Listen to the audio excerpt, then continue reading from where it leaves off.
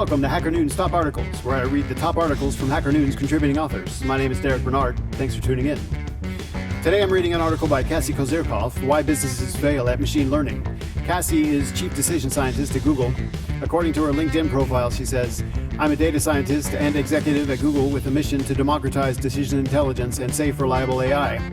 I bring a unique combination of deep technical expertise, world-class public speaking skills, analytics, management experience, and ability to lead organizational change.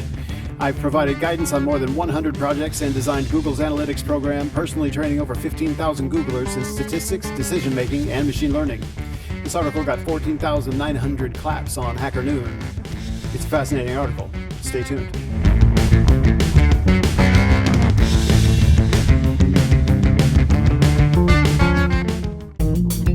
Greetings, hackers. We at HackerNoon are continually thinking of ways of showing our appreciation for you, our community. Enter the Noonies, the tech industry's greenest awards. Cast your vote in HackerNoon's first annual Noonies at noonies.hackernoon.com, where everything's democratic and your votes are the only things that matter. Voting closes on August 16th and winners will be announced on August 20th. Vote for Hacker of the Year, Most Exciting Startup, Contributing Writer of the Year in every major category. The list goes on at noonies.hackernoon.com. Stay tuned to noonies.hackernoon.com for the results, and remember, you are HackerNoon. Why Businesses Fail at Machine Learning by Cassie Kozyrkov on hackernoon.com/@Kozyrkov. June 28, 2018. I'd like to let you in on a secret. When people say machine learning, it sounds like there's only one discipline here. There are two, and if businesses don't understand the difference, they can experience a world of trouble. The tale of two machine learnings. Imagine hiring a chef to build you an oven or an electrical engineer to bake bread for you. When it comes to machine learning, that's the kind of mistake I see businesses making over and over. If you're opening a bakery, it's a great idea to hire an experienced baker well-versed in the nuances of making delicious bread and pastry. You'd also want an oven. While it's a critical tool, I bet you wouldn't charge your top pastry chef with the task of knowing how to build that oven. So why is your company focused on the equivalent for machine learning? Are you in the business of making bread or making ovens? Machine learning research. What they don't tell you is that all those machine learning courses and textbooks are about how to build ovens, microwaves, blenders, toasters, kettles, the kitchen sink from scratch, not how to cook things and innovate with recipes. If you build machine learning algorithms, your focus is general purpose tools for others to use, kitchen appliances if you prefer the analogy. This business is called machine learning research and is typically done by places like academia or Google. You need quite a lot of education to be in this line of work because there's a long history here. Some popular algorithms have been around for centuries. For example, the method of least squares for regression was published in 1805. Trust me, humanity has come a long way in 200 years. Today, there are some pretty sophisticated appliances out there. How are you going to build a better microwave if you don't know how this one works? Of course, you need all that immersive study. Becoming a researcher takes years, and there's a good reason that the 101 course starts with the basics of calculus. Applied machine learning.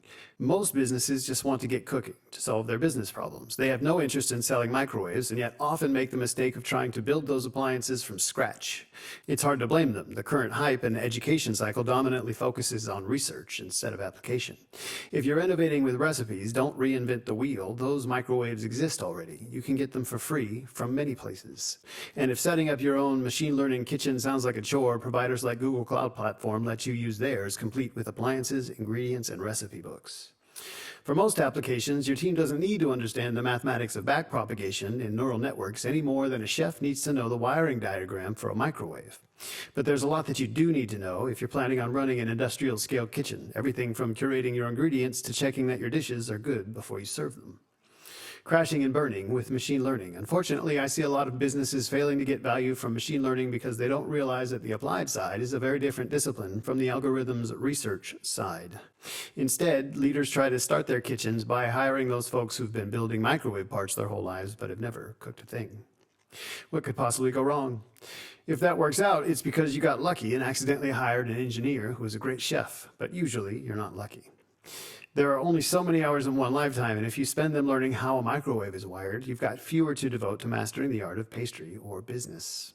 Where and when would your PhD-trained artificial intelligence researcher have gained the skills required for applied machine learning? If you set your heart on the hybrid who's an expert in both, no wonder you're complaining about the talent shortage. Whom should you hire instead? Just like in an industrial kitchen, you need an interdisciplinary team with leadership that understands this space. Otherwise, projects fizzle and go nowhere. Hiring the right team for the job.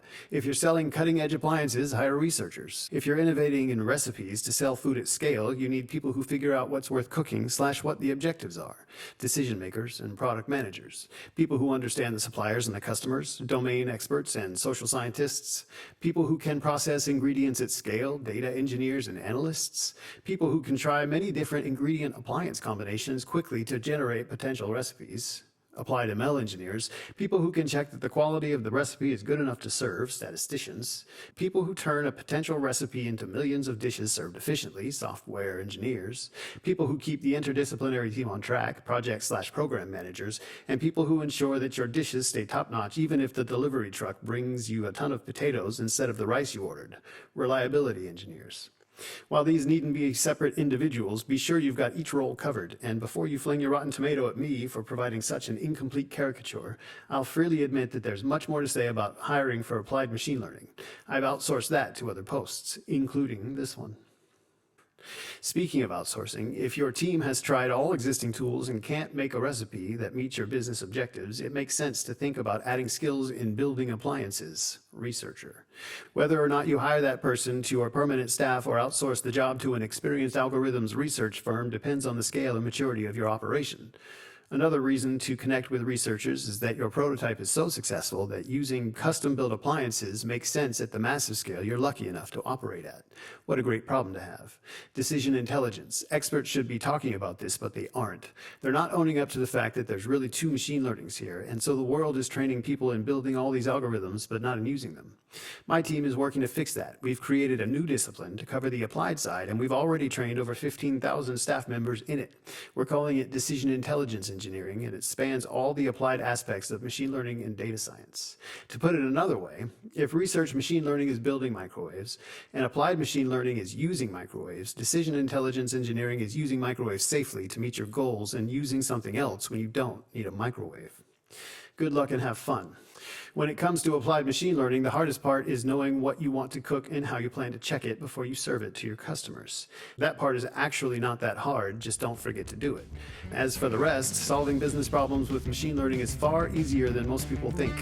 Those gleaming kitchens are waiting for you to come play in them. Dive in as you would in a real kitchen. Start tinkering.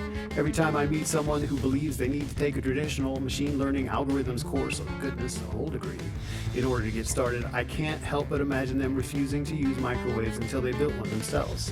Don't fall for the lie that says you need a PhD to do amazing things with machine learning. Instead, what you really need is a bit of human creativity. Good luck and have fun.